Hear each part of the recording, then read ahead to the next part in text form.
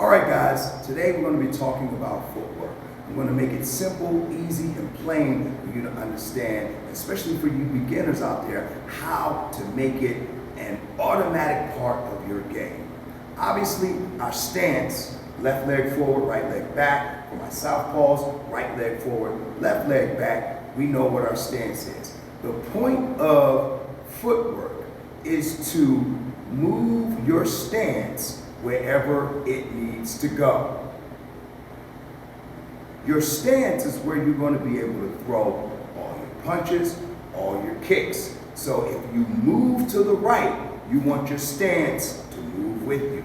If you move to the left, you want your stance to move with you. If you move back, you want your stance to move with you. So that's going to require a lot of coordination in order to make it muscle memory, because in regular life, we don't move around that way. So it's going to take some unlearning and then some relearning in order to really drive the point home. So what we want to do, first of all, our stance needs to be as relaxed as possible. I tell my students all the time, you want to be asking yourself, am I relaxed? You want to always be doing a self-inventory when you're moving around, whether you're doing rounds on the bag, whether you're shadow boxing, and asking yourself, if you're not throwing punches and kicks, are you totally relaxed? That means your shoulders are relaxed, your arms are resting on you, your chin is down, you're nice and relaxed. Your stance should be your neutral, just like a car. If you take a car, you put it in neutral, you park it outside, it'll probably run a week without running out of gas. You want your stance, and you're moving around, if you're not punching, to drain absolutely no energy from you. So our footwork, in order to move our stance in the directions that we want to go, we have to make sure that our feet are not crossing.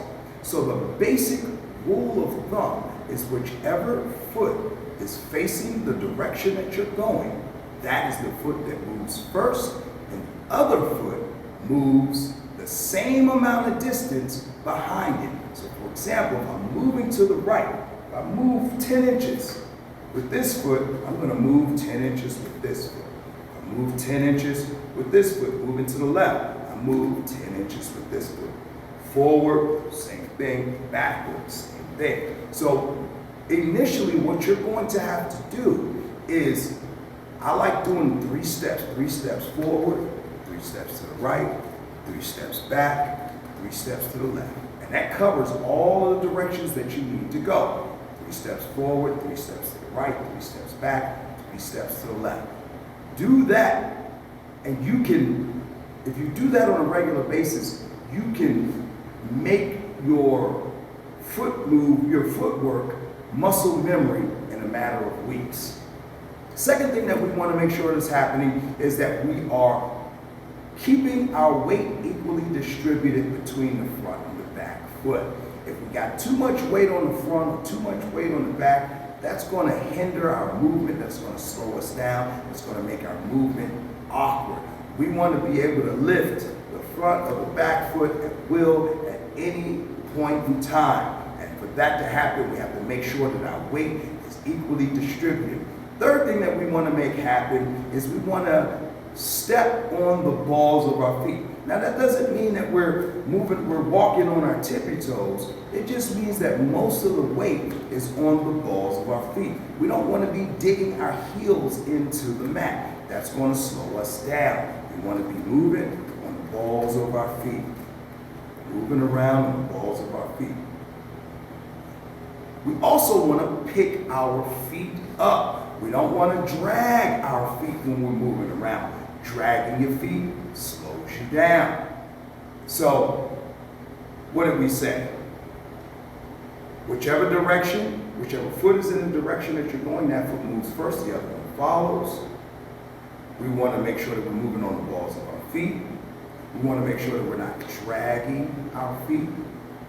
And we want to make sure that we're taking small steps. Now, why small steps? Well, first of all, Small steps are going to be more accurate as far as duplicating the movement that you're going to be doing when you have somebody in front of you, whether you're sparring or moving around. Secondly, for beginners, it's an awesome way to make sure that you're not overstepping. So for example, what I see a lot of times, especially with the lateral movement, so somebody will step to the left and then they'll overstep. It's harder to estimate how much the space that you need to take a step with. It's harder to estimate that when you're taking bigger steps. So initially, take small steps. If I step 6 inches this way, I step 6 inches with that foot. 6 inches forward, 6 inches with the back foot. Boom, take small steps. So, remember, your footwork, the idea behind your footwork is to move your stance and bring your stance with you wherever you go. So, if you move to the right, you should be in your stance. If you move back, you should be in your stance. If you move to the left, you should be in your stance. And if you use the basic principles of footwork, which are whichever direction you're going, the foot that's in that direction moves first, and then the other foot, the trailing foot, moves the same distance second. If you follow that rule, you will be good. Now, it does require you to drill it in order to make it muscle memory. So if you do the 3-step forward, 3 steps to the right, 3 steps back, 3 steps to the left, if you do that for a few weeks, that will drive the point home and give you flawless footwork. Coach Suli, Reps and Sweat Martial Arts and Fitness. Let's get it.